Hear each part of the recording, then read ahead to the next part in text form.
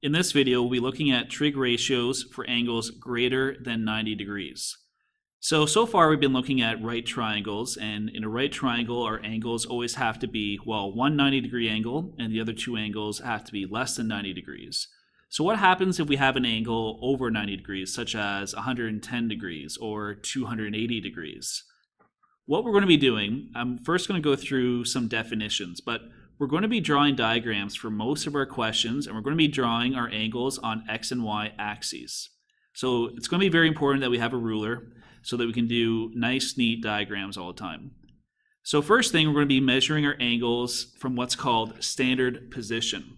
Now, standard position is when we measure an angle from what's called the initial arm, which is the positive x-axis, and we measure from there to what's called the terminal arm. So the terminal arm is what the angle rotates around. The principal angle is the actual angle that we're measuring. So if I ask you, I'm going to be asking you first to draw an angle of 110 degrees. That is our principal angle. That is the angle that we're actually measuring. But principal angles are measured counterclockwise between the initial arm and the terminal arm. So we'll be drawing a diagram soon. You can see what that looks like, but very important that the principal angle is counterclockwise.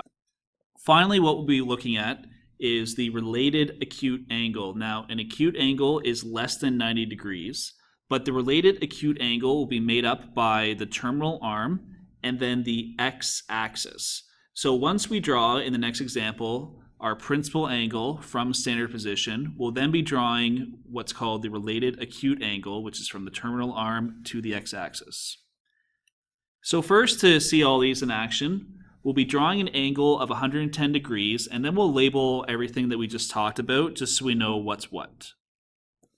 When we draw our angles, we don't have to be super accurate. We're not going to pull out protractors here, but we're going to approximately draw what 110 degrees looks like.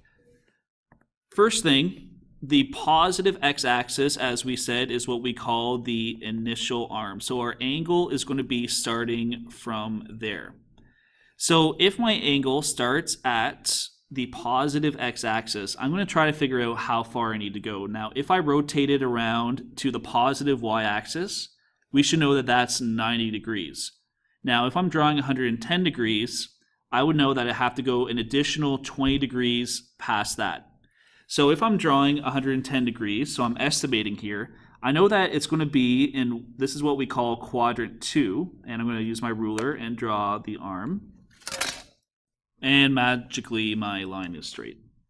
So the angle that we've drawn here is 110 degrees. So this is what we refer to as our principal angle. And you notice that I actually draw this curve with an arrow that goes from the initial arm to the terminal arm. And again, this is the terminal arm. So I've shown what the actual angle of 110 degrees looks like. So finally, what we want to look at the related acute angle. Now, to do that, I am going to make a triangle out of the terminal arm, but I'm going to drop a line from the terminal arm down to the x-axis, like so. So what I've done here, I've created a 90-degree triangle, and if I take a look, so if that principal angle is 110 degrees, the question is, what is this related acute angle inside the triangle? Now, I know from a horizontal line, an angle all the way around is 180 degrees. So 180 subtract 110 will tell me what that related angle is, which is 70 degrees. And this is, again, what we call the related acute angle, or just more simply, the related angle. So what I want to take a look at now, we're going to determine the primary trig ratios for both the principal angle, 110 degrees, and also the related angle. And we're going to see if there's any sort of relationship between the two. So I'll start first by figuring out sine of 110 degrees, cosine of 110 degrees, and then tangent as well. Now, I've already worked these out ahead of time. If you want to use your calculators to do so, you can do it. but to 2 decimal places, sine 110 degrees is approximately 0.94. Cosine is negative 0.34, and tangent is negative 2.75. Now, if we take a look at that, this is something that we haven't really seen before. It looks like the cosine and the tangent ratios, they're actually negative, but the sine ratio is positive. We're going to talk about that in a few moments. Now, I'm going to do the same thing for the related angle, which is 70 degrees. So sine 70 degrees, cosine 70 degrees, and tangent 70 degrees. Now, when I evaluate sine of 70 degrees, I get, again, approximately 0.94. That might look familiar. Cosine is approximately 0.34. Tangent is 2.75. So what you notice here is all 3 of these ratios, they're all positive, but what you'll notice is they are the exact same values as the 110 degree ratios. Sine is 0.94, cosine 0.34, tangent 2.75. So the values are the same, but the signs could be different. In terms of sine, they are exactly the same. 0.94 and 0.94. For cosine, however, we have negative 0.34 for 110 degrees, 0.34 for 70 degrees. So those have different signs. Same idea with tangent, 2.75, negative 2.75. They have different signs. So now we'll fill in this bottom part that I have here. The trig ratios of the principal angle and the related angle are the same, except the sine is sometimes different. Now I say sometimes because in the case of sine, they were actually the exact same. And I'm running out of room, but that's okay. Now, in this case, sine was positive because why? Now, to see why sine is positive, I'm going to take a look at the triangle that we created.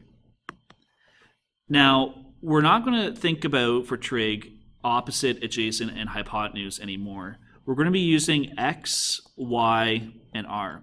Now, x and y are because we use the x and y axes. R we'll talk about tomorrow, but essentially R stands for radius because the terminal arm creates a circle as it rotates around.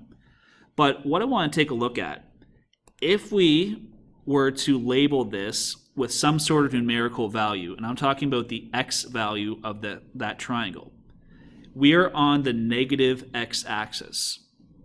So whatever x value we find would be negative. So I'll put negative x here.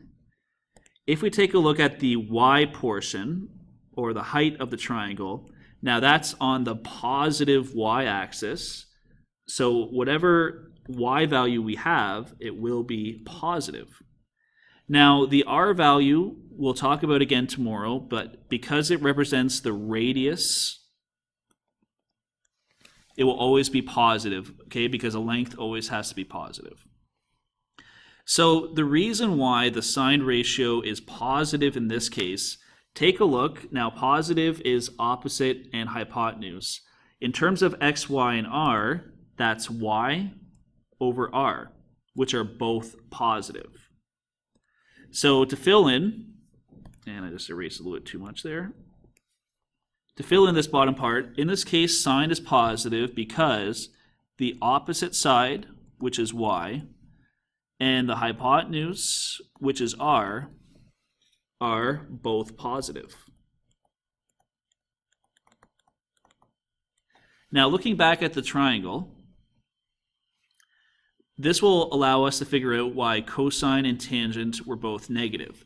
Now if I wanted to figure out cosine, it would be x adjacent over r hypotenuse. Now that's a negative value divided by a positive value gives you a negative value, or a negative ratio. Same idea for tangent. If you do opposite, which is positive y, over x, which is negative x, that gives you, again, a negative ratio. So that's why cosine and tangent are negative anywhere in that quadrant, because the x value is negative. However, the sine ratio will be positive because both y and r are always going to be positive if you're in that quadrant. So this is our examination of angles that happen to land in quadrant number 2. In tomorrow's lesson, we'll take a look at quadrants 3 and 4 and see what happens to the ratios there.